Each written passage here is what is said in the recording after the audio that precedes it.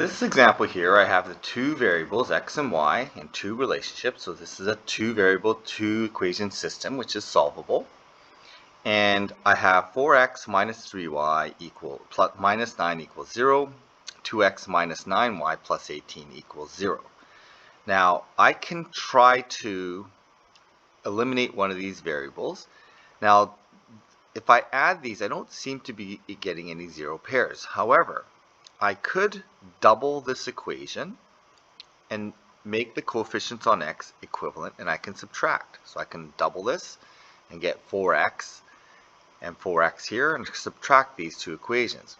I could try to eliminate the y by tripling this equation, and I end up with negative 3y, and I can subtract the negative 9y here, or the minus 9y, and that will give me a zero pair as well. So I have options here, and it doesn't really matter which one I do.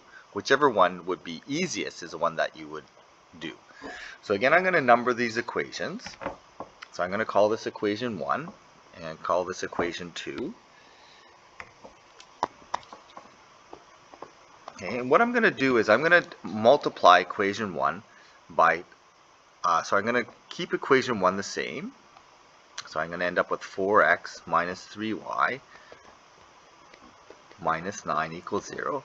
And I'm going to double equation 2. So I'm going to take 2 times equation 2.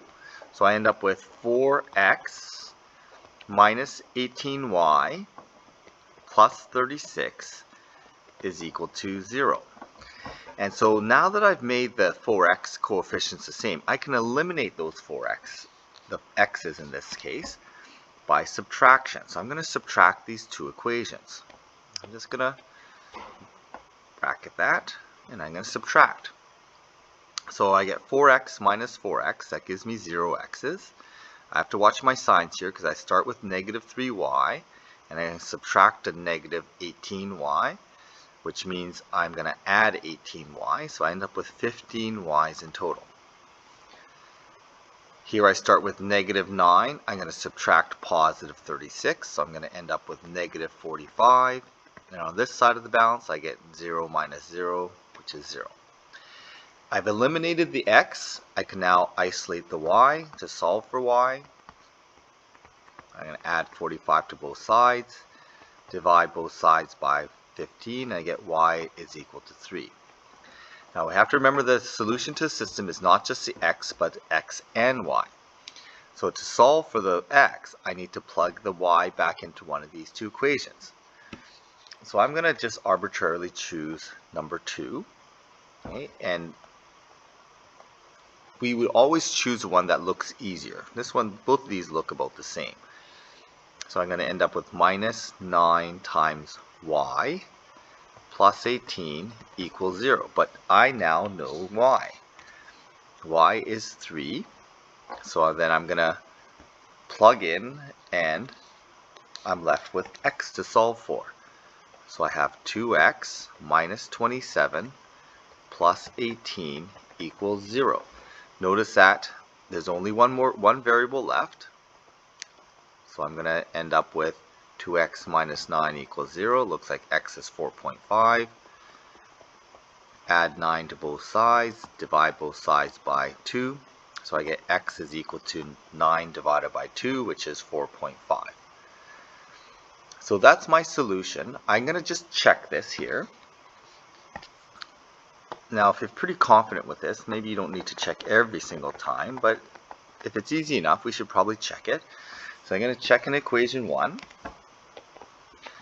Okay, in equation 1, I get 4 times 9 over 2 minus 3 times 3 minus 9 is equal to 0.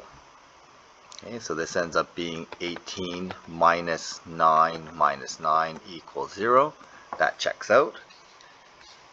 I'm going to check it in equation 2. So this was 2 times x minus 9 times y plus 18 equals 0.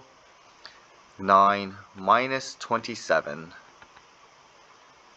plus 18 equals 0. Yeah, that works out. these are both, the coordinates work in both equations. This must be the solution to this system. So the solution to the system is going to be x is equal to 9 over 2, or 4.5. Y is equal to 3. As a coordinate pair, we can say that the intersection of the graph is going to be at 9 over 2 and 3.